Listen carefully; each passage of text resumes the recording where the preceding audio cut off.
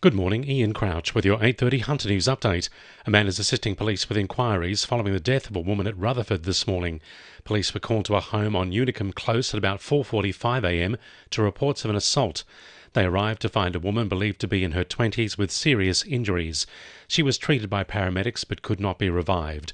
Police say a 30-year-old man who's known to the woman was arrested at the scene. He's been taken to Maitland Police Station for questioning. Fire has destroyed a home at Mirrabooka overnight, with a woman arrested at the scene. Emergency services were called to Marenga Road just after 10:30pm to find the two-storey home up in flames.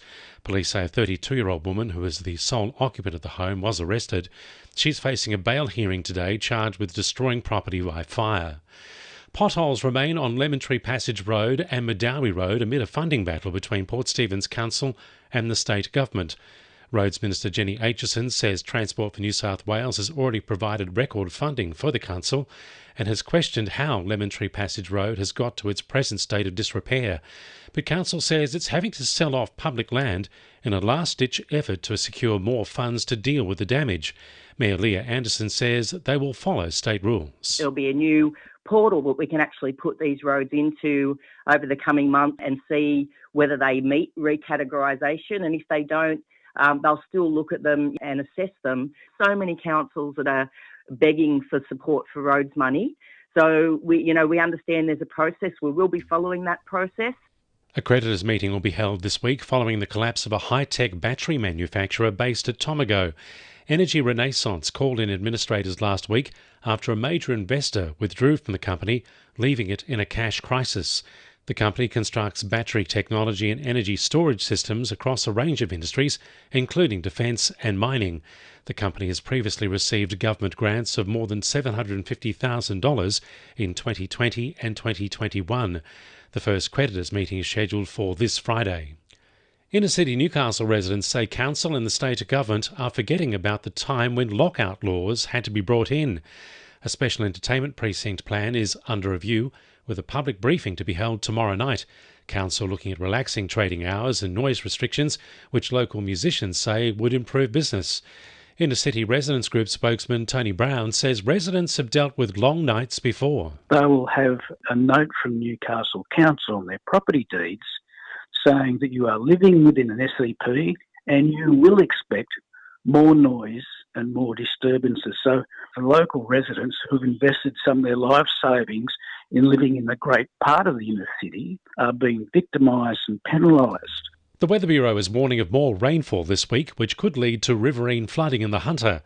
A cold front and an associated low is expected to bring days of rainfall as a trough hovers near the coast for much of the week. Senior meteorologist Angus Hines says the prolonged wet may lead to flooding later this week in already saturated catchments. The ground is pretty saturated at the moment. It means that any more rain that's coming in this week can't really soak into the landscape. It just runs off and it goes straight into those rivers.